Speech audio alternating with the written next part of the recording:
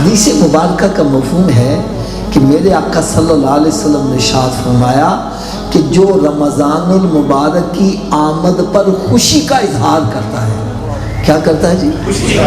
اونچی بولو ذرا. جو بندہ رمضان المبارک کی آمد پر خوشی کا اظہار کرتا ہے اور اس کے تشریف لے جانے پر افسوس کا اظہار کرتا ہے، رب تعالیٰ ایسے بندے پر جنت واجب فرما دیتا ہے.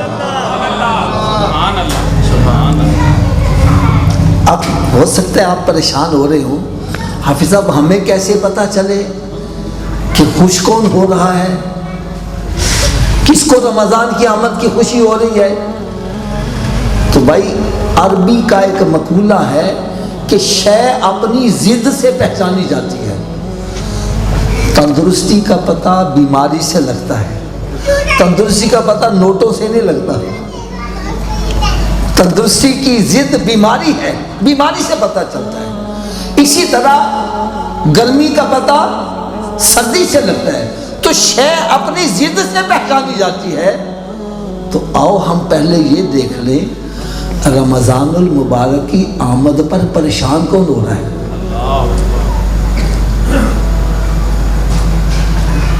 آپ کہیں گے رمضان کی آمد کون پریشان ہو سکتا ہے؟ بھائی دیکھو ابھی رمضان آیا نہیں، کئی بندے ابھی سے مرے جا رہے ہیں.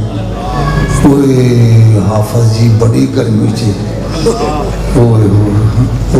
کیا پنجابی کا کہتے ہیں بوکی ڈگ گئی. ابھی رمضان آیا نہیں، وہ حافظ جی گرمی بڑی ہے، میرے کو تے روزہ رکھیا نہیں جانا، اور ڈاکٹر نے میں نے پہلے ہی منع کر دیتا ہوئے. حافظ جی روزہ تے میں رکھنا نہیں، پر مصیبتیں کسی کے سامنے کھا بھی نہیں سکیں گے، بڑا مشکل آ رہی ہے، میں تے پہلے سرٹیفکیٹ بنوا لے. ایسے بندے ہیں کہ نہیں ہیں یار؟ بولو تو صحیح. ابھی رمضان ہے، ابھی سے مرے جا رہے، ابھی سے پریشان ہیں. اور کچھ ایسے بھی افراد ہیں ابھی رمضان آیا نے چہرہ کھلا جا رہے. تو بابا جی تسی کیوں خوش ہو رہے ہو؟ کہنے لگا حافظ جی سارا سال میرے کو فجر ویلے اٹھیا نہیں سی جانا، رمضان آ جائے گا مجھے تہجد میں ہی اٹھا دیا کرے گا. بھائی آپ کیوں خوش ہو رہے ہو؟ کہنے لگا حافظ صاحب ایسا برکت والا مہینہ آ رہا ہے، ایک مرتبہ سبحان اللہ کہوں گا 1,00,000 مرتبہ سبحان اللہ کہنے کا ثواب مل جائے گا. 1 مرتبہ درود پاک پڑھوں گا 1,00,000 مرتبہ درود پڑھنے کا ثواب مل جائے گا. بھائی آپ کیوں پریشان ہو رہے ہو؟ آپ کیوں خوش ہو رہے ہو؟ کہنے لگا حافظ صاحب سب سے بڑا میرا دشمن شیطان ہے، رب تعالیٰ شیطان کو بند کر دے گا، میں آسانی نال مسیطے چلا جائے گا. یار ویسے نا رمضان کی فضیلت میں ایک پیاری بات بتلاؤں. یہاں سے مغل پورہ کتنی دور ہے؟ یوں سمجھو 1 کلومیٹر ہوگا. اگر میں اعلان کروں کہ بھائی جو مغل پورے پل پر جائے اس کو 1 کروڑ روپیہ انعام دیا جائے گا، میرا سارے تیار ہو جائیں گے. یہ مغل پورہ کوئی دور مجھے بولو نا، اور 1 کروڑ روپیہ انعام بھی تھوڑا. لیکن میں ساتھ ہی کہتا ہوں بھائی رستے کی کوئی شیر بھی کھلوتا آیا جائے. کیا اب اس کی آگے سے گزر کے جانا ہوگا، اب بندہ پریشان ہو جائے گا، وہ موت کے آگے سے کون گزر کے جائے. اب بندہ تیار نہیں. انعام تو زیادہ ہے لیکن شیر کے آگے سے گزرنا مشکل کام ہے.